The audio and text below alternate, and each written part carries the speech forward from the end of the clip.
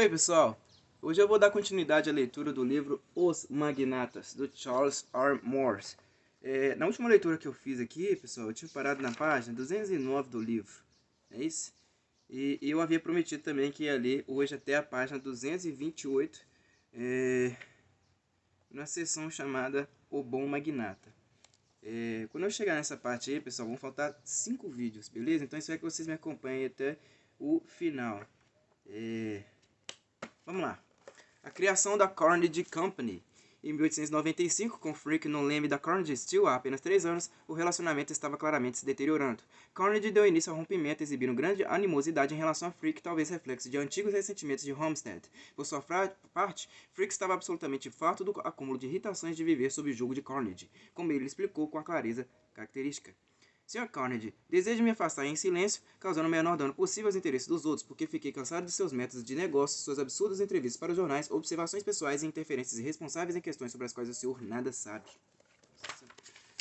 Pelo menos alguns sócios ficaram alarmados. Chegou-se finalmente a um acordo. Frick abriria a mão da presidência, mas manteria o título de presidente do conselho. John Leishman, que ainda não tinha completado 40 anos, foi nomeado presidente e Frick cedeu a ele o interesse de 5% da companhia tirado de seu próprio bloco de 11%. Henry Phipps, um sócio de longa data praticamente aposentado, declarou em uma carta a seu sobrinho estar muito aliviado que AC tenha descido até o fundo de longa escadaria. Em todas as opiniões, Frick estava fazendo um bom trabalho, especialmente na integração dos negócios tão espalhados da Carnegie em uma operação unificada. Carnegie tinha organizado cada componente importante como uma empresa separada, provavelmente porque isso aumentava seu controle sobre os administradores. Frick construiu a Union Railroad para ligar todas as usinas da Carnegie e aos poucos desenvolveu uma estrutura de negócio totalmente integrada, do minério à distribuição inicial, de forma bem parecida com o que fizera Rockefeller. O último elo na corrente, uma linha de barcos a vapor nos Grandes Lagos, foi inaugurado em seu último dia na empresa em 1899. Como escreveu James Bridge, um historiador especializado nos primeiros anos da empresa, naquele ponto a Carnegie Steel controlava cada movimento de seu material e todas as suas operações da extração do minério bruto ao transporte do aço acabado sem pagar qualquer preço a alguém de fora. Verá as notas do capítulo para mais detalhes sobre o desempenho de Frick. Em defesa de Carnegie, ele e Frick costumavam divergir sobre a propensão de Frick para entrar e se aferrar em acordos de divisão do mercado de aço e de manutenção de preços. Carnegie não se incomodava em participar de pools, mas em termos econômicos, sempre que o preço do pool era mais alto do que o do mercado, Carnegie reduzia preços e aumentava sua participação.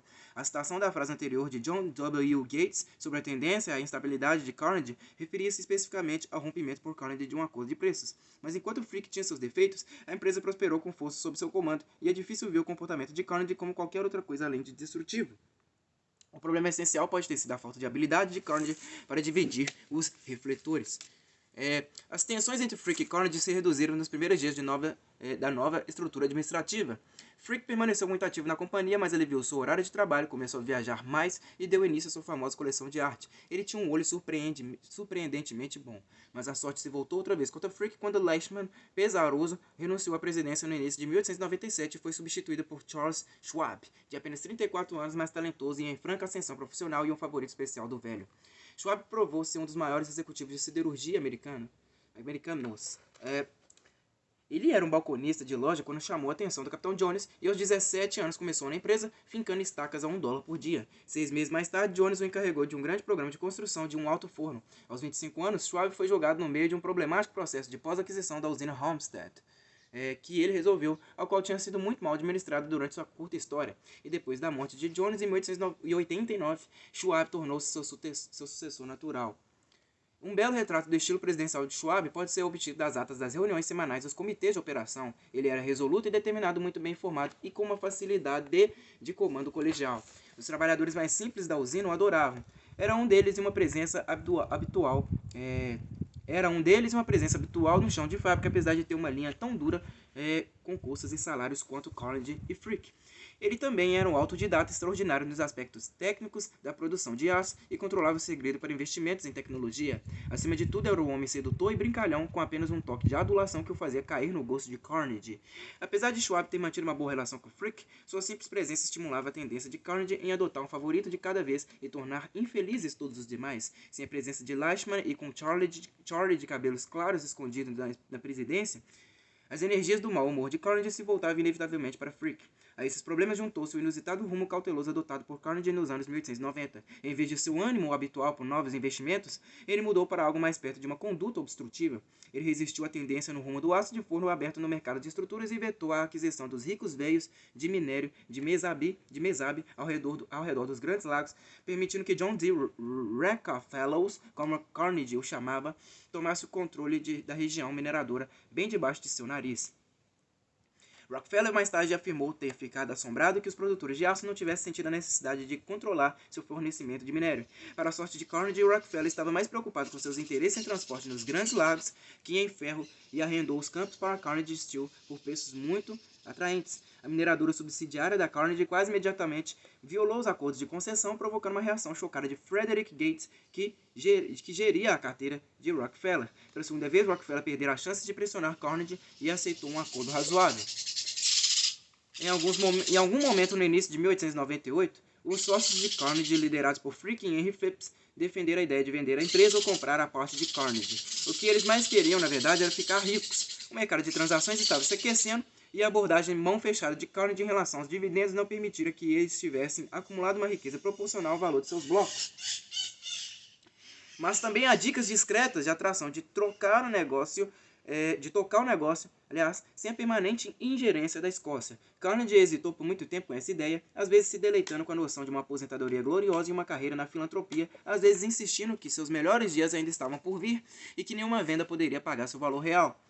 Phipps começou a passar grande parte do seu tempo na Escócia tentando obter o apoio da esposa de Carnegie para uma venda e enviando semanalmente a Frick atualizações sobre o humor de seus principais sócios. As discussões de avaliação foram tensas. Frick achava que só a sua empresa de coque valia 70 milhões de dólares, o que era muito mesmo em valores atualizados. Carnegie estava considerando o valor de 250 milhões de dólares para o negócio do aço, o que também era muito mais próximo da realidade. A produção de aço de repente estava crescendo ao ritmo de 20 a 25% ao ano, e os lucros aumentaram em 2/3, chegando a 11,5 milhões em 1898, e parecia que iam continuar a crescer com força. Para Carnegie, só contemplar tais avaliações era um afastamento violento de seu antigo hábito de desprezar os números exagerados de seus colegas industriais. A prática conservadora se focalizava no valor nominal. Uma empresa não valia mais que o investimento real na fábrica, estoques e outros ativos sólidos, além de lucros não distribuídos, menos passivo e depreciação. O valor nominal da Carnegie Steel em 1898 era de 49 milhões de dólares, enquanto a empresa de coque valia 5 milhões. Qualquer coisa acima disso, na visão tradicional, era apenas uma suposição incerta de sucesso futuro. Entretanto, as regras normais de avaliação estavam apenas começando a ser viradas do avesso pelos acordos altamente capitalizados de Pierpont Morgan na siderurgia e em outras indústrias. Para a frustração de seus sócios, o aquecimento do mercado de transações levou Carnegie a fantasia sobre quanto mais ele poderia ganhar se esperasse apenas mais alguns anos. Por fim, na primeira semana de 1899, em uma reunião dos sócios em uma casa em Nova York, Carnegie deu sinal verde para a venda no valor de 250 milhões de dólares, observando que seu consentimento viera apenas com grande relutância e apenas em respeito a seu sócio mais antigo, Phipps. Ele imediatamente começou a se preocupar que o preço estivesse baixo demais, já que esperava ganhos muito mais altos em 1899, que na verdade resultaram ainda melhores. Mas Frick recebera os poderes de fechar a venda, enquanto Carnegie permanecia ansioso e indeciso ao fundo. Para grande desapontamento de Frick, os representantes dos interesses de Rockefeller desistiram de fazer uma oferta e logo surgiram discussões entre os representantes de Morgan. Eles achavam que o preço de Carnegie estava alto e também podiam estar sem disponibilidade imediata de fundos e insistirem em um negócio envolvendo apenas ações, enquanto Carnegie queria metade em ações e a outra em títulos de ouro. Albert Gary, que cuidava informalmente dos interesses de Morgan na área da siderurgia, disse que não recebeu qualquer encorajamento de Morgan, mas também observou que Morgan ainda não tinha se voltado para seus negócios com aço e pouco conhecia deles. Os sócios exploraram uma recapitalização própria, na verdade abrindo o capital da empresa, mas também se envolveram em discussões sobre a avaliação. Frick então foi contado pelo juiz William H. Moore, protótipo de um influente mestre em aquisições dos anos 1980. Ele e seu irmão John tinham acabado de organizar grandes acordos na área siderúrgica, assim como as fusões que criaram a National Biscuit e a Diamond. Em suma, ele era exatamente o tipo de operador que Carnegie detestava. Para piorar as coisas, Moore certa vez zombara de Carnegie por saber apenas como se faz aço e por nada saber sobre como fazer ações preferenciais ordinárias e títulos. Carnegie conseguiu $1 milhão por uma opção de compra de 90 dias para Moore, ao mesmo preço oferecido a Morgan. O preço da opção foi posteriormente recalculado em 1,17 milhão, mas Frick e Phipps entraram eles mesmos com valor adicional, entendendo que Carnegie não ficaria com dinheiro se o negócio não saísse. Perdão. Não havia um acordo por escrito sobre isso, mas Carnegie confirmara essa intenção em uma nota para o conselho. Rumores do acordo iminente logo vazaram. A Iron Age publicou um artigo extremamente elogioso sobre a aposentadoria de Andrew Carnegie, apesar de Carnegie provavelmente ter ficado incomodado pela atenção dispensada a Frick, que eles chamavam de principal fator para o desenvolvimento fenomenal da empresa, assim como um dos principais fatores no desenvolvimento industrial nos Estados Unidos. John Gates escreveu a Carnegie um telegrama de congratulações, enquanto Schwab e Frick projetavam satisfeitos como eles esperavam que os lucros de 1899 cobrissem com facilidade as dívidas da aquisição. Mas então Moore de repente teve problemas com seu financiamento. Apesar de ter conseguido montar outra proposta e de as notícias entusiasmadas continuarem correndo na imprensa, não havia mais chance de fechar o negócio dentro do período de opção. Frick e Phipps foram em peregrinação ao castelo de Carnegie na Escócia para conseguir uma extensão. Carnegie foi frio? Nem uma hora, disse a eles. Era chegado o momento de os sócios voltarem suas atenções para o negócio. O encontro parece ter terminado de maneira razoavelmente cordial, com alguma discussão sobre recapitalizar por conta própria, mas uma raiva queimava lentamente dentro de Carnegie, o que é compreensível sobretudo para alguém tão consciente e zeloso de sua reputação.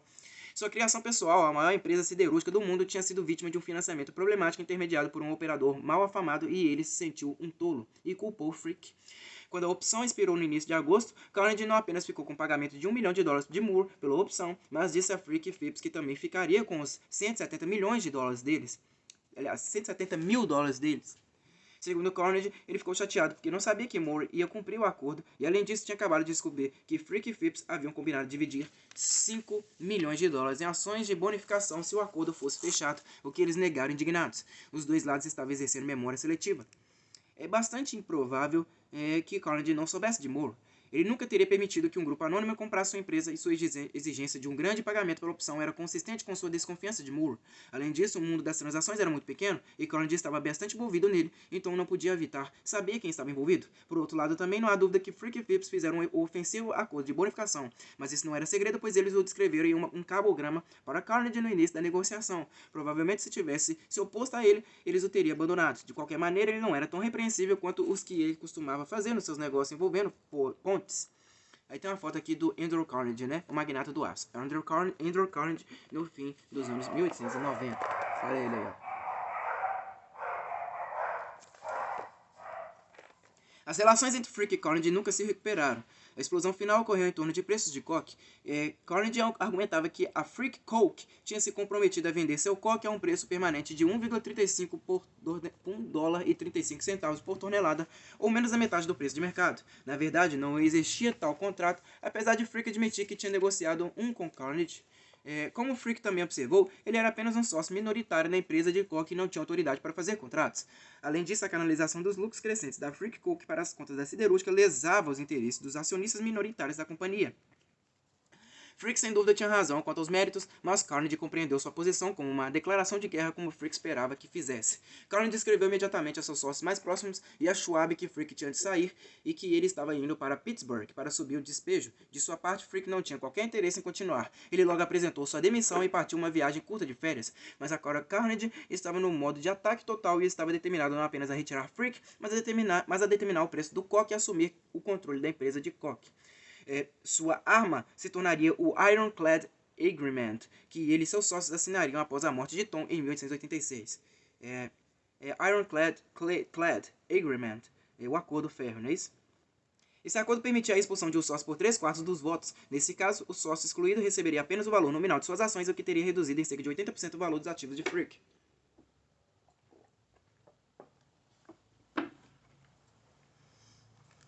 Carnegie pressionou pelo voto de expulsão. Era claramente um ato vingativo, já que Frick havia se demitido, mas apenas Phipps e o outro acionista minoritário se recusaram a assinar. Quando Frick voltou de suas férias no início de janeiro de 1900, Carnegie enviou seu ultimato pessoalmente, aceitar o acordo que ele queria ou ser expulso com base no acordo Ironclad, CLAD. Pessoas que estavam do outro lado da porta ouviram a explosão de Frick. Há muitos anos sei que não existe sequer um osso honesto em seu corpo, mas agora sei que você é um maldito ladrão. Fecha aspas. Os relatos divergem se Frick realmente saiu da sala correndo atrás de Carnegie. Foi a última vez que os dois homens se encontraram ou se comunicaram diretamente. No fim, por uma das únicas vezes em sua vida, Carnegie foi forçado a uma retirada quase total. Frick o levou aos tribunais e o processou reivindicando uma avaliação justa de seus ativos. Logo se chegou à conclusão que o acordo Ironclad não se aplicava a Frick e que para começar sua retirada da sociedade podia ter sido feita de maneira imprópria. As normas não tinham sido respeitadas. Os advogados de Frick também exigiram que as contas da Carnegie Steel fossem abertas e então os repórteres de economia e finanças começaram a publicar detalhes dos lucros extraordinários da empresa em uma época em que as tarifas americanas sobre a importação de aço estavam em discussão no Congresso. Carnegie e Frick receberam inúmeros apelos para desistir daquele idiota. Mark Hanna, um influente político republicano, e George Westinghouse chegaram a intervir pessoalmente. Em março, finalmente se chegou a um acordo que foi tudo que Frick podia esperar. Uma nova corporação, a Carnegie CO, foi criada como uma holding de Nova Jersey, com uma capitalização no mercado de 320 milhões de dólares, metade em títulos de dívida com juros de 5% e a outra metade em ações com dividendos de 5%. Todas as ações das velhas empresas foram convertidas meio a meio em títulos e ações da Carnegie Corporation. A Carnegie Corporation era uma holding pura. Detinha ações da empresa de coque e aço e de outras 12 empresas relacionadas com o negócio do aço, a maioria delas bem pequena, e amealhou seus dividendos para atender ao serviço dos pagamentos de seus próprios papéis. Carnegie ainda era o verdadeiro chefe, mas seus sócios, que passaram por muito tempo de sofrimento, finalmente receberam seu pagamento. O pagamento anual de juros em dividendos foi de cerca de 1,8 milhão de dólares para Phipps e pouco menos de 1 milhão de dólares para Frick, enquanto a parte de 60% de Carnegie ficou com impressionantes 9,6 milhões de dólares. Pouco antes de o acordo ser fechado, Carnegie foi tomado por dúvidas sobre as avaliações, pois ele escreveu um bilhete ansioso para o tesoureiro da empresa, Lawrence Phipps, no qual perguntava como podia se assegurar que aqueles papéis realmente valiam tanto. A resposta foi tranquilizadora, mas não renovou muito sua confiança. As ações da empresa não eram comercializadas em bolsa, e Phipps escreveu com bastante acerto que os diretores eram da opinião que as ações das empresas operadoras tinham valor integral, de maneira que os livros de Carnegie Company devem ser abertos sobre essas bases. Sem um mercado público, isso queria dizer que as ações valiam o que quer que seus diretores dissessem que valiam. Na verdade, as avaliações foram altas demais. As estimativas sobre os valores de face se elevaram de maneira extremamente agressiva. A empresa de Koch foi avaliada em 70 milhões de dólares, ou a estimativa elevada de Frick de 13 vezes o valor real, enquanto a siderúrgica foi avaliada em mais modestas 3,7 vezes mais. Entretanto, o que realmente importava era o peso dos juros e dos dividendos, que na casa dos 16 milhões de dólares podia ter sido paralisantes. O lucro recorde de 21 milhões de dólares em 1899 deixou uma margem confortável, mas foi o primeiro ano que os ganhos teriam sido suficientes para cobrir o novo nível de pagamentos de juros e dividendos. O pagamento de dividendos, é claro, ao contrário dos juros, não era obrigatório, mas na época dava-se grande importância a cumprir os compromissos dos dividendos, e Carnegie teria sido motivo de piada se descobrissem que ele tinha perdido o dividendo imediatamente após o acordo.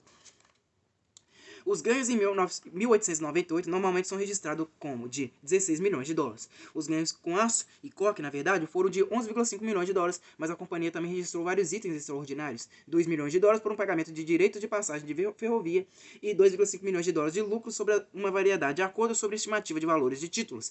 Essas estimativas eram um desvio da prática normal da empresa de declarar os papéis de suas subsidiárias por seu preço de custo. Minha opinião é que Frick e Phipps estavam em silêncio fazendo seu caso pela recapitalização ou venda da empresa. Nas anotações de Carnegie, ele normalmente riscou os 16 milhões de dólares e escreveu no lugar 11,5 milhões. A empresa não contabilizava a depreciação e o pagamento de juros e dividendos devia ser feito sobre os ganhos registrados. Carnegie esperava confiante ganhos de 40 milhões de dólares ou mesmo de 50 milhões de dólares em 1900, o que teria sido uma margem bastante ampla. Mas depois de um início espetacular, os negócios desaceleraram bruscamente na primavera e no verão, e os ganhos totais não superaram muitos de 1899. Ver apêndice 1 para mais detalhes. Carnegie afirmava, e outros historiadores repetiram, que a empresa fez 40 milhões de dólares em 1900. Isso é cerca de um terço mais alto que o número verdadeiro.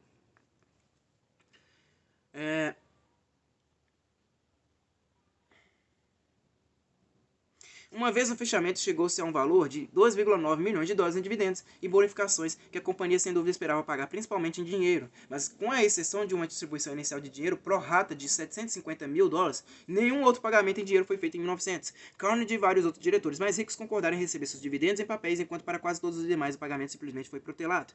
Apesar de a empresa ter bastante caixa no início do ano, começou a ter problemas no outono. O faturamento da empresa siderúrgica em novembro foi de apenas 362 mil dólares, ou menos de um décimo dos lucros mensais médios do primeiro primeiro trimestre e nem perto de ser o bastante para cobrir mesmo a carga mensal de juros. Em julho, Carnegie sugeriu atrasar o pagamento dos juros dos títulos da dívida para financiar o investimento contínuo. Schwab e os outros diretores ficaram educadamente revoltados. Na verdade, a declaração de renda pessoal de Carnegie daquele ano sugere que ele recebeu muito menos do que a quantia total a qual tinha direito em juros e nenhum dividendo. É impressionante ver Carnegie, o inimigo juramentado dos balanços inflados, aceitar uma estrutura pesada como essa. Nem toda a culpa pode ser atribuída a Frick. A avaliação de 320 milhões de dólares estava entre as mais altas discutidas dentro da companhia, e apenas um mês antes, Carnegie tinha rejeitado sem pestanejar uma oferta de acordo de Phipps e Frick de apenas 250 milhões de dólares. Os sócios de Carnegie estavam pressionando por um acordo mais elevado. Sua sede por um grande dia de pagamento, afinal de contas, estava aumentando há quase 30 anos, mas ele estava acostumado com isso e podia facilmente ter insistido em algo mais baixo. É bem possível que estivesse cheio da publicidade que envolvia a série de fusões de mais de 200 milhões de dólares da indústria siderúrgica pelo consórcio de Morgan e dos Moores, entre outros. Montar um acordo ainda maior pode ter salvo um ego ainda ferido pela transação mal sucedida do verão anterior. Pode ter salvado um ego, aliás. Sem dúvida, qual fosse o problema entre Carnegie e Frick, foi o estímulo das grandes fusões de Pierpont Morgan que levou essas avaliações tão elevadas para a esfera da discussão racional. Havia outros operadores no mercado como os Moores, mas eles teriam credibilidade limitada a menos que Morgan tivesse confirmado suas avaliações com suas próprias transações. Durante os 10 anos entre aproximadamente 1895 e 1905, as transações de Morgan e as de figura menores como os Moores transformaram os contornos dos negócios nos Estados Unidos. Elas serão o assunto principal do próximo capítulo. Outra consequência dessa inundação súbita de grandes corporações foi o crescimento das atividades chamadas de antitrust. Caça aos trusts, ou trusts. Nenhum outro país levou os ânimos antitrusts ao nível do que ocorreu nos Estados Unidos. Todos os governos coçaram a cabeça pensando na melhor forma de lidar com as empresas muito grandes que surgiram em todos os lados no fim do século XIX, mas nenhum outro lugar fez da caça aos trusts como colocou Richard Hofstadter. Hofstadter.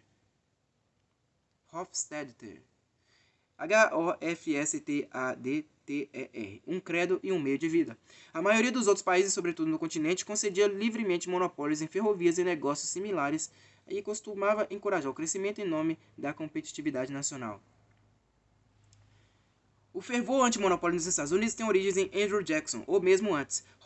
Hofstadter o localiza em uma cultura de fazendeiros e empresários da cidade pequena, ambiciosos com mobilidade, especulativos, anti-autoritários, igualitários e competitivos. O caminho para a salvação, segundo a linha principal do protestantismo americano, era de profunda solidão existencial. Humanos insignificantes caminhando semicegos por uma planície sombria assolada por forças frias, cósmicas e violentas. Isso também era uma boa descrição para o trabalho de um fazendeiro produtor de trigo de Minnesota, onde um pequeno fabricante pego em um pânico financeiro de Wall Street, ou de um pequeno fabricante pego em um pânico financeiro de Wall Street. A mesma atitude mental dava status quase bíblico a uma forma vigorosa de economia laissez-faire. A concorrência nos negócios se encaixava muito bem na metáfora de luta permanente. Ela forjava o caráter e a disciplina exigidos para a batalha maior. Laissez, Laissez-F-A-I-R-E.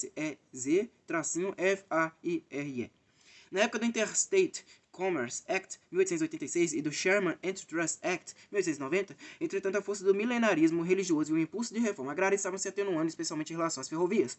Como os fazendeiros tinham sido os beneficiários de uma queda prolongada e muito acentuada nos preços dos fretes, o tema dos preços máximos mal foi abordado durante as audiências. A questão mais controvertida para os defensores do Interstate Commerce Act, ICA, em vez disso, era a inconsistência patente entre as taxas para frentes de grande distância e as taxas de custas para distâncias proporcionalmente bem mais altas. Nessa época, a parte mais prejudicada eram os negociantes do leste.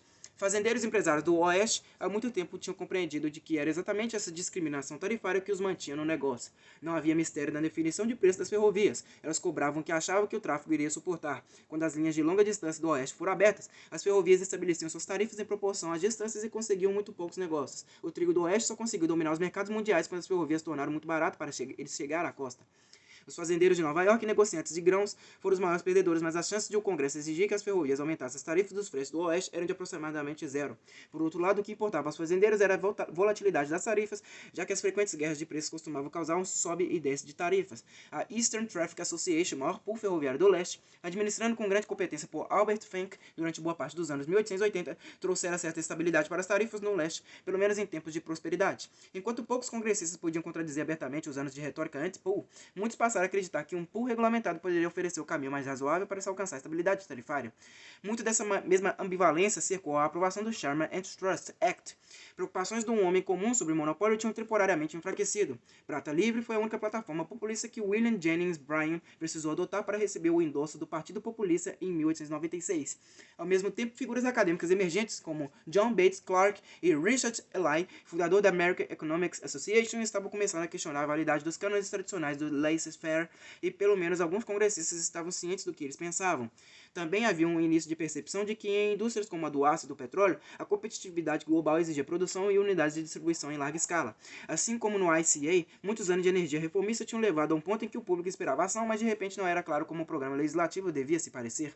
Em suma, não era necessariamente a corrupção ou a incompetência que gerava compromissos inócuos no Interstate Commerce Act original e no Sherman Antitrust Act. Os congressistas podem ter montado conscientemente cláusulas que iriam esperar para ver se pegavam. A nova comissão surgida no ICA tinha amplos poderes de fiscalização sobre que tarifas eram razoáveis e justas, mas nenhum poder ou poderes de definição ou aplicação de tarifas além.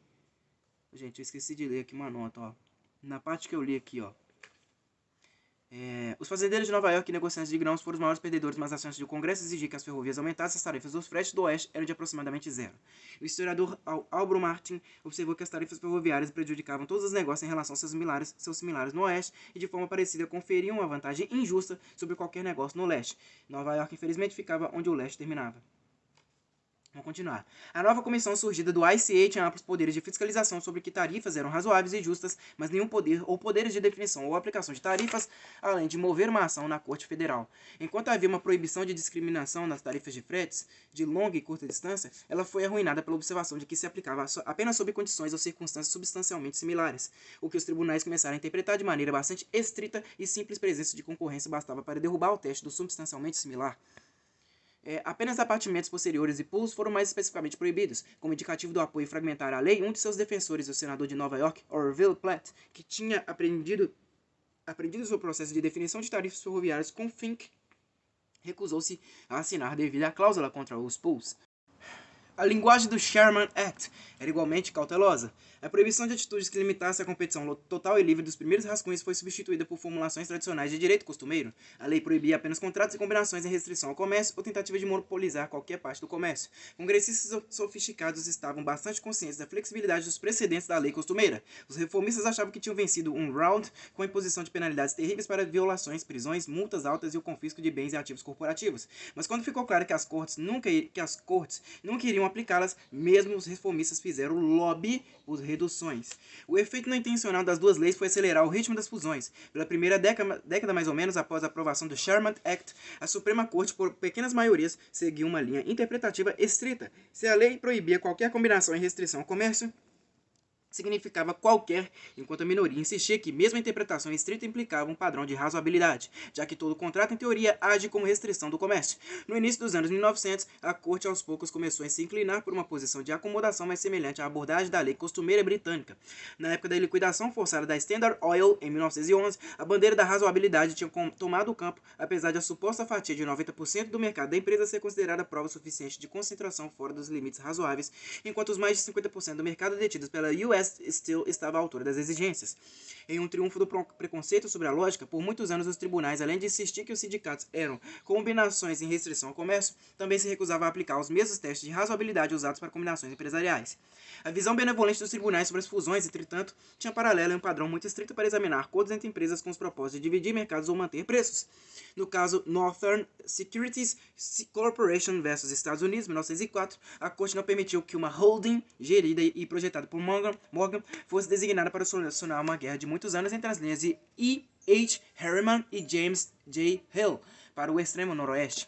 Uma das características ofensivas da estrutura, segundo o tribunal, é que ela não era a verdadeira proprietária das ações da ferrovia, mas apenas o curador do depositário. O caso da Northern Securities culminou em uma longa série de decisões que não deixou dúvida quanto à hostilidade da justiça a combinações frouxas como os pools e ferrovias de Albert Fink. Não era preciso um advogado genial para descobrir que se você queria fazer uma combinação, uma fusão sólida, autêntica, tinha as melhores perspectivas de sobrevivência, enquanto permanecesse abaixo de um limite de irrazoabilidade na escala da Standard. O sistema ferroviário nacional internacional acabou por se consolidar em torno de 6 ou 7 grandes redes, e a Interstate Commerce Commission, ICC, aliás, finalmente recebeu poderes para determinar todas as tarifas ferroviárias em 1906. Assim que a comissão começou a determinar tarifas, em geral os preços subiram. Refletores sobre a Standard. A Standard, como nenhuma outra empresa, atraía avaliação e exame antitrust minuciosos, intensos e indignados, principalmente depois que a história da Standard Oil, escrita por Ida Tarbell e lançada em capítulos na McClure's Magazine, chegou a quase 2 anos de publicação em 1903.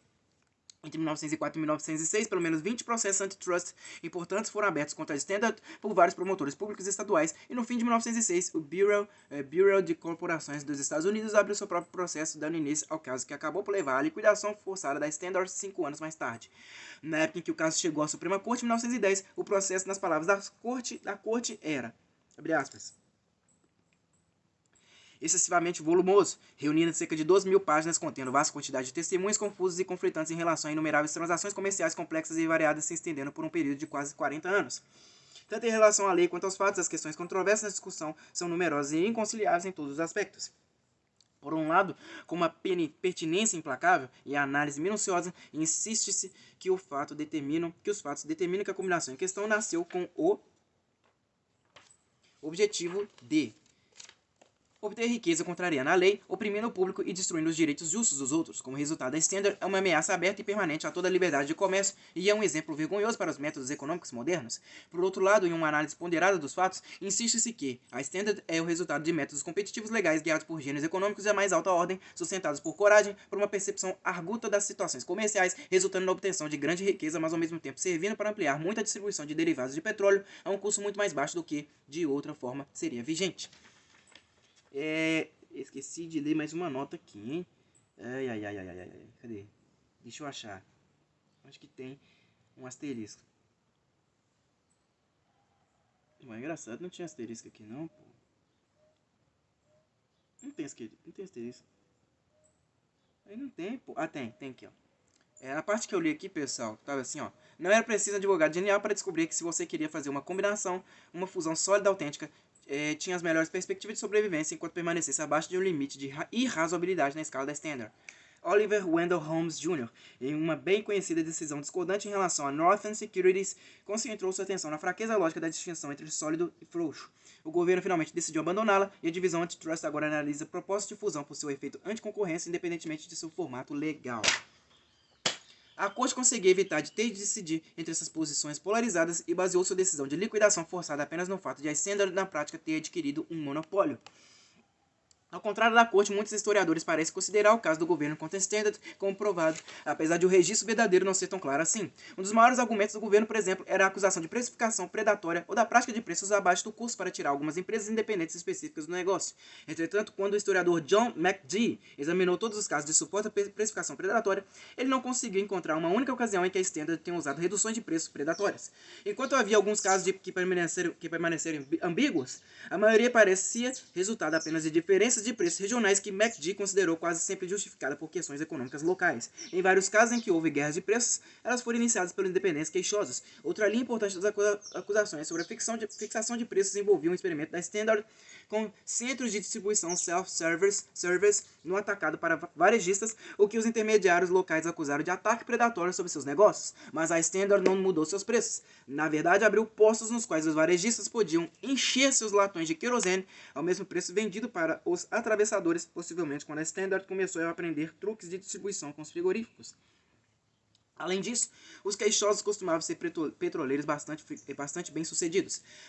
Louis Weiss, Emery, por exemplo, Emery, não sei, Lewis espaço Emery, por exemplo, que mais tarde tornou-se um legislador da Pensilvânia radicalmente contrário à Standard, fez sua carreira abrindo empresas petrolíferas e depois a vendendo para a Standard. A Standard chegou mesmo a financiar a alavancagem de uma de suas empresas. Notinha. Alguns desses juízos são, obviamente, estabelecidos pelos olhos de quem vê. Outra análise com base nos mesmos dados sugere que Emery, pode ter sido um especulador serial, mais que um desejoso vendedor em série, apesar de não levar em conta o fato de que a Standard também era uma investidora de Emery, não sei. Na época de sua ação, Emery, não sei, era um dos principais investidores da Pure Oil Corporation, uma das independentes mais bem-sucedidas. Jeremiah Jenks, Jeremiah, Jeremiah, Jenks, o diretor incumbido das audiências de 1899 na Comissão Industrial, examinou as práticas de precificação da Standard e concluiu que muitos casos de mudanças arbitrárias de preços para prejudicar a concorrência podem ser consideradas válidas e razoáveis, apesar de, em um caso que ele examinou detalhadamente, ter descoberto que os casos não sustentavam a acusação. Também havia muitas queixas de uso discriminatório da posição poderosa da Standard com oleodutos, mas até a lei ser emendada em 1906, os oleodutos sem dúvida não eram uma transportadora comum sob a Interstate Commerce Act, que cobria apenas o transporte de passageiros ou propriedade inteiramente por ferrovia, ou parcialmente por ferrovia e parcialmente por água. E a suspeita de conluio com as ferrovias e o pagamento de abatimentos posteriores ilegais nunca morreu. Archbold, nas audiências da Comissão Industrial, admitiu abertamente que a Standard tinha negociado uma grande variedade de abatimentos posteriores e reembolsos antes que esses fossem proibidos pelo Interstate Commerce Act, mas depois disso não o fizera mais e apresentou cartas de todos os principais presidentes de ferrovias atestando a veracidade de sua afirmação. Mas as acusações persistiram. A mais espetacular foi um caso aberto pelo governo em 1906 e que resultou na imposição à Standard, nas palavras de Ron Chernow, da maior multa na história corporativa por uma prática que supostamente havia abandonado muito tempo atrás. O caso merece ser examinado em mais detalhes. Em seu processo, o governo alegou que a Standard Oil de Indiana tinha recebido uma taxa com desconto de 6 centavos por 100 libras, quando a tarifa vigente era de 18 centavos sobre o petróleo transportado de sua refinaria em Whiting, W-H-I-T-I-N-G, Indiana, pela ferrovia Chicago em Alton. Depois que o júri decidiu que pelo governo, o juiz da corte distrital Kennesaw Mountain Landis, mais tarde um famoso dirigente de beisebol inovador, determinou que 1.462 vagões de petróleo tinham sido transportados durante o período de 3 anos mencionado pela acusação, 1903 a 1905, e impôs uma multa de $20 mil por vagão, ou 29,24 milhões de dólares, que calculou ser cerca de 1/3 do valor líquido da empresa matriz, a Standard Oil Corporation de Nova Jersey. Segundo os registros desse caso, a Alton tinha determinado uma tarifa de transporte de commodities de 18 centavos por 100 libras. A tarifa incluía uma longa lista de produtos, mas não mencionava petróleo. Uma decisão subsequente de uma comissão de Illinois, entretanto, determinou que o petróleo estava dentro de uma das classificações tarifárias de 1895. Em um depoimento excluído por Landis, o gerente de frete da Standard disse que, quando perguntou sobre as tarifas de frete de petróleo na Alton, ele recebeu uma tabela de preços da matriz que mostrava o preço de 6 centavos e uma cópia do pedido de requerimento da tarifa para o ICC. O agente de tráfego ferroviário, em outro depoimento excluído, confirmou o relato do gerente da Standard e disse que nunca tinha ouvido falar de outra tarifa. Entretanto, aparentemente, em consequência de um erro de registro, a tarifa de 6 centavos para o petróleo, na verdade, não foi praticada até depois do período em questão. A principal defesa da Standard é que ela tinha confiado na representação da ferrovia e também destacou que a única outra ferrovia que atendia aquela rota, a Eastern Illinois, também cobrava tarifa de 6 centavos, mas Landis também considerou inapropriada a tarifa da Eastern Illinois. A Eastern Illinois, um mês depois de se unir a Alton no acordo tarifário sobre frete de commodities em 1895, estabeleceu uma tarifa de 6 centavos para petróleo. Entretanto, em 1903, confirmou a tarifa de 18 centavos determinada em 1895. Ao que parece, a ferrovia percebeu que o novo preço possivelmente entrava em conflito com a tarifa separada para o petróleo de 1895. Então, no dia seguinte, anunciou uma correção e voltou à tarifa de 6 centavos para o petróleo. Mas a Eastern Illinois não terminou, aliás, de registrar e praticar de maneira apropriada essa correção até depois de 1905.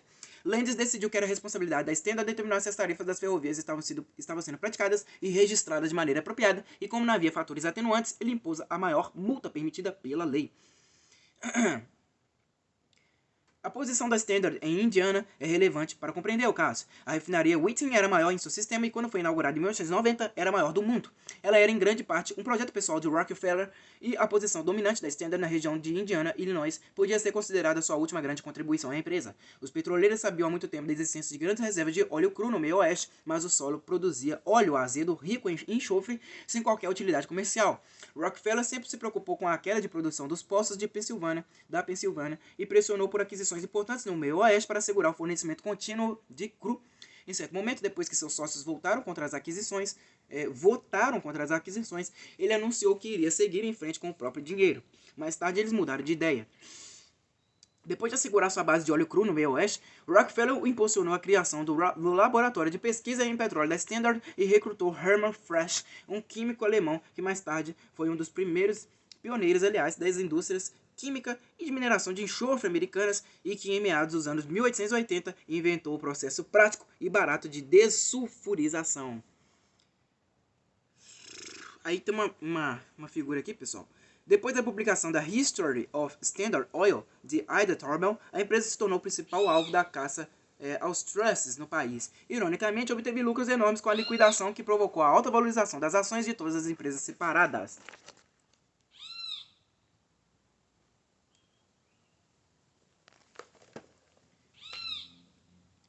Durante o período coberto pelo processo, a Standard controlava cerca de 70% da produção de petróleo cru da região e, na verdade, não havia qualquer competição local no refino. Como suas patentes de dessulfurização ainda tinham alguns anos de validade, os poucos independentes foram forçados a se concentrar em produtos de custo mais alto para nichos específicos. A cidade de Whiting, como as cidades petroleiras da Pensilvânia, tinha crescido em torno da refinaria e seus empregados. A produção da refinaria era transportada por uma malha complexa de conexões ferroviárias, oleodutos de Rockefeller e linhas de barcos a vapor, que em sua maioria era propriedade de Rockefeller. Nenhuma outra refinaria ou transportadora de petróleo era servida pelas duas ferrovias em questão. Perdão, estou solucionando demais. Aí vem uma notinha aqui. A ausência de refinarias concorrentes na região pode explicar a confusão dos procedimentos burocráticos das ferrovias. Os registros mostram que a Alton registrava e praticava 386 tarifas de commodities, cada um dos registros um longo documento jurídico. Testemunhos mostram que a tarifa de 6 centavos para o petróleo tinha sido praticada por vários anos, enquanto uma audiência posterior diante de um examinador federal também mostrou que o valor de 6 centavos para commodities era comum na região. Sem a necessidade de manter uma comunidade de clientes atualizada com regularidade sobre tarifas, seus registros podem ter sido deixados de lado. Ô pássaro, filha da puta, hein? Uma questão óbvia é por que o governo dedicou atenção a esse caso e como ele surgiu em primeiro lugar. A suposta violação era extremamente sutil. A tarifa crucial da Alton tinha de ser decifrada nas palavras da Corte de Apelações, já que ela tinha de ser comparada com o material do estado de Illinois para determinar até se ela se aplicava ao petróleo, e havia provas substanciais de que a violação, se houve uma, não for intencional. Não havia outra transportadora para reclamar de discriminação e o dinheiro envolvido era pouco. O suposto desconto de 12 centavos ao longo dos 3 anos seria o equivalente a cerca de $91 mil, ou 0,03% da multa de Landis durante o período em que a Standard ganhou mais de $200 milhões. A impressão clara é que os procuradores tinham pesquisado em muitos anos de registros de tarifas em busca de possíveis violações da Standard, mesmo que fossem técnicas. Em suma, isso parece perseguição, uma impressão reforçada pelo pedido do governo no momento de um novo julgamento, depois que uma apelação tinha sido rejeitada para que a defesa apresentasse uma lista de provas para cada um dos 1.462 vagões. Os historiadores frequentemente comentaram sobre o desprezo mal disfarçado que Archbold e Rogers às vezes exibiam em tribunais do governo. Sua falta de diplomacia era uma forma cara de autoindulgência e indigna de executivos tão importantes e prejudicial à imagem pública da empresa. Entretanto, o caso de Indiana sugere que eles podem ter sido submetidos a muita provocação. Notinha. A decisão de Landis foi mudada na apelação. Após a apresentação de provas do novo julgamento, o juiz deu um veredito favorável à Standard, na verdade, determinando que o governo não conseguira montar um caso sustentável. O caráter aparentemente falso das acusações de Indiana, é claro, não demonstra a inocência da companhia. Archbold, por exemplo, foi vergonhosamente exposto por pagar comissões, isto é, suborno para, entre outros, um senador dos Estados Unidos, um deputado e um legislador da Pensilvânia. E ainda é necessário mencionar que, mesmo tão tarde quanto nas audiências da comissão Stanley de 1910, centenas e centenas de páginas de depoimentos remexiam material de décadas de idade, como sobre a South Improvement Company e as guerras dos oleodutos dos anos 1880. Os recursos muito substanciais do governo dedicados ao caso da Indiana também tornam plausíveis as conclusões de McGee sobre a fragilidade das acusações de precificação predatória. Na verdade, a Standard tinha todo incentivo para se comportar como uma corporação cidadã respeitadora da lei, pelo menos depois dos últimos anos do século XIX. É uma época em que não tinha qualquer interesse em aumentar sua fatia de mercado. Táticas predatórias contra independentes como a Tidewater e a Pure Oil não teriam feito sentido. E a empresa estava longe de não ter concorrência. Como um dos primeiros negócios globais integrados, 70% de suas vendas vinham do exterior. Seu período de monopólio... Ah, lá tem um pássaro, filha da puta, ali, olha. Tá paradinho ali. Seu período de monopólio mundial terminou quando os formidáveis irmãos Nobel abriram os campos russos de Baku no início dos anos 1880 e patentearam tecnologia de refino possivelmente superior à da Standard. Mais ou menos na mesma época, a Royal Dutch Shell fez novas descobertas importantes nas Índias Orientais e investiu pesado na tecnologia de navios petroleiros oceânicos. Todos os críticos admitiam que os preços da Standard caíram consistentemente depois que Rockefeller conquistou a posição dominante na indústria, e mesmo o muito hostil Bureau de Corporações reconhecia que ela era o mais eficiente dos produtores americanos.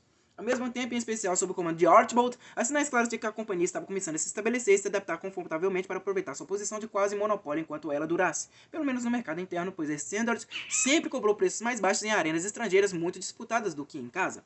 Os lucros e dividendos também aumentaram muito. De 1883 a 1896, sob o comando de Rockefeller, os ganhos médios sobre o valor nominal eram saudáveis, mas não desproporcionais. 14,9% de 1900 a 1906 saltaram para 24,5%. Os dividendos nos mesmos períodos foram de uma média de 10,1% para 16,4%. Ver apêndice 2. O grande salto nos ganhos é perfeitamente consistente com as provas de que a Standard, no início dos anos 1900, estava perdendo rapidamente sua vantagem competitiva. O analista político Charles Ferguson observou que não é um monopólio agressivo e eficiente o que mais deve ser temido. Custos econômicos muito maiores são infligidos por beneficiários complacentes e sem importância de monopólios. Para citar um exemplo moderno, considere a explosão de comunicação que se seguiu à liquidação da AT&T em 1984. E mesmo hoje, uma empresa como a Verizon, V-E-R-I-Z-O-N, é muito mais adaptável e tecnicamente avançada em seu negócio competitivo como comunicação wireless do que no tradicional. Sinal de complacência com monopólios surgiram na Standard já nos anos 1880, quando ela tentou impor um óleo de lampião grosso e de combustão lenta no mercado europeu. A montanha de reclamações foi rebatida com a resposta condescendente de que os clientes estavam usando as camisinhas de lampião erradas. A empresa relutou a encarar o problema, o que só fez após uma reunião longa e desagradável com todos os seus representantes no mercado europeu. Apesar de o término da ferrovia transcaucasiana, Baku dos Nobels, sem dúvida ter ajudado a se chegar a uma decisão. A fadiga administrativa, como define o historiador, parece ter começado a se instalar, em particular após a saída de Rockefeller. Na época da liquidação, apesar de sua lucratividade, a vantagem competitiva da Standard estava claramente ameaçada. O centro da produção de óleo cru tinha mudado de sua base na Pensilvânia e no meio oeste para o Texas, onde ela não tinha qualquer presença, e para a parte central do continente, do Kansas ao Colorado, e os campos da Califórnia, onde sua posição era fraca. A Gulf Oil, a Texaco, a Sun Oil e a Union Oil da Califórnia surgiam como independentes muito mais formidáveis do que a Tidewater e a Pure Oil jamais tinham sido. Apesar da Standard demonstrar muita criatividade para obter mais produção de campos em decadência, o grande investimento na extração e instalações de distribuição no leste e no meio oeste se transformou em uma espécie de elefante branco. Como os britânicos, para seu pesar, haviam descoberto em relação ao aço, é quase impossível manter uma vantagem tecnológica em meio a um declínio na produção, e os enormes oleodutos e refinarias novos no Texas e na Califórnia estavam inevitavelmente uma geração à frente dos da Standard. Na época em que a decisão pela liquidação foi tomada, a suposta fatia de 90% do mercado doméstico de refino da Standard estava próxima dos 65% e em queda, enquanto sua posição em outros setores da indústria era muito menor que isso. Pior de tudo, sua principal premissa de negócio estava desmoronando com velocidade assustadora. A difusão e a popularização acelerada da eletricidade iam claramente acabar com o mercado de querosene, e a empresa demorou para perceber a oportunidade com os automóveis. Caçadores de trusts achavam que estavam matando um monstro perigoso com a liquidação da Standard em 1911.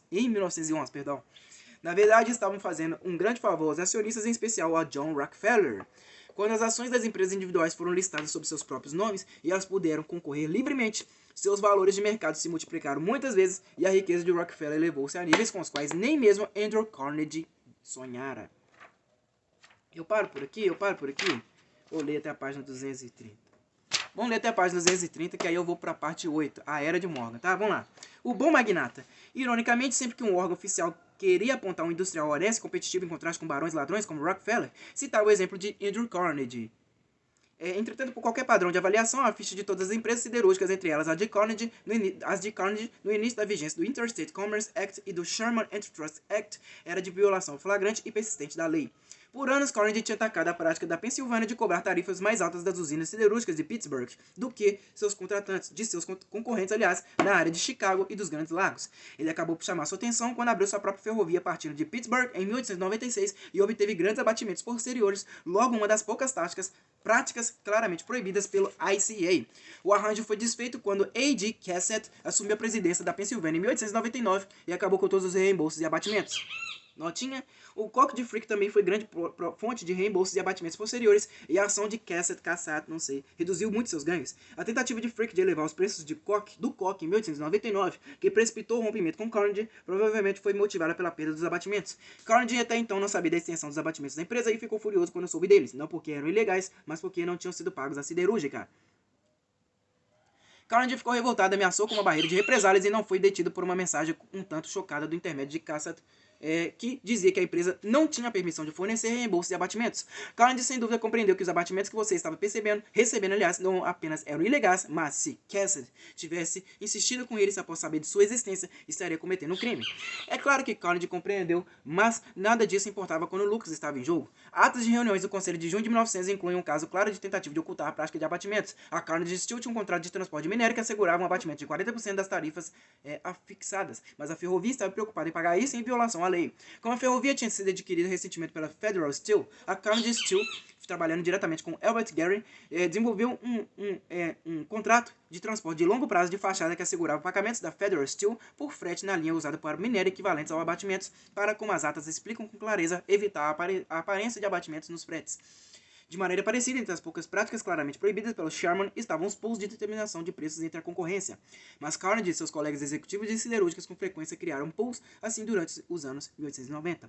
Havia precificação contratual e acordos de divisão de mercado cobrindo trilhos, folhas de Flanders, argolas e arame, assim como várias outras associações para ferro gusa, produtores de lingotes, entre outros. Todos eles tinham algum elemento de fixação de preço. Carnegie, apesar de suas constantes declarações públicas contra os pools, unia-se a eles com a mesma facilidade que os outros executivos, obtendo lucros altos quando os tempos eram bons. Sua maior diferença era a disposição em romper os acordos dos pools. Sempre disposto a operar a toda velocidade, ele rapidamente abandonava os pools quando os mercados se estagnavam. Os pools funcionavam lentamente na era do ferro, mas uma comissão do Congresso se declarou chocada quando eles foram revelados uma década mais tarde. Ainda mais infame foi o conluio com o Bethlehem Steel em torno de contratos de chapas de blindagem. A Bethlehem chegou a deter todo o negócio de blindagem, mas a Carnegie Company conseguiu penetrar em 1890, em parte porque obteve cópias antecipadas dos documentos confidenciais de propostas da concorrência. Depois de alguma disputa, as duas empresas chegaram a um acordo sobre a divisão do mercado em 1893, que foi seguido com precisão aritmética por toda a década seguinte. Em 1895, quando as empresas estavam cobrando $600 por tonelada do governo, a Bethlehem foi pega vendendo o mesmo produto para a Rússia por $250. O descaramento daquela barganha é captado em uma proposta de uma terceira empresa, a Midvale Steel, que esperava entrar no negócio em 1900. Como resumiu Schwab para o conselho da Carnegie Steel, a proposta era que eles ficassem com 3/4 das forjaduras feitas nesse país, fosse para armas ou outra coisa, e além disso $2 milhões em dinheiro. Se sua proposta fosse aceita, eles não fariam qualquer investida sobre chapas, fecha aspas. Em vez disso, anos mais tarde, as três empresas concordaram em alocar uma quantidade fixa dos negócios para Midvale. Como dizia um memorando da Bethlehem, provavelmente o procedimento menos suspeito seria se a Carnegie e a Bethlehem seguissem a prática geral de fazer cada uma a mesma oferta de preço por tonelada e deixar a Midvale baixá-la em alguns poucos dólares por tonelada para garantir a 2.600 e 2.060 mencionadas, fecha aspas. A combinação irregular de propostas gerava margens extraordinárias. No fim dos anos 1890, as empresas receberam 345 e 420 dólares por tonelada de chapa de blindagem. Um compromisso após o constrangimento do negócio da Bethlehem com a Rússia, contra custos de produção de talvez uns $150. Com essa quantidade de dinheiro em jogo, que patriota deixaria passar a oportunidade de fraudar seus concidadãos? Vamos parar por aí, pessoal. Página 230 do livro. Aí na próxima leitura, deixa eu ver. Vou ter que ler até a página 250, tá? Serão 20 páginas aí, tá? Espero que vocês tenham gostado da minha leitura até aqui. Vamos faltar mais 5 vídeos só marcar aqui, ó. Só marcar aqui. É isso aí, pessoal. Muito obrigado a todos vocês que me acompanharam até aqui. Até a próxima. E falou!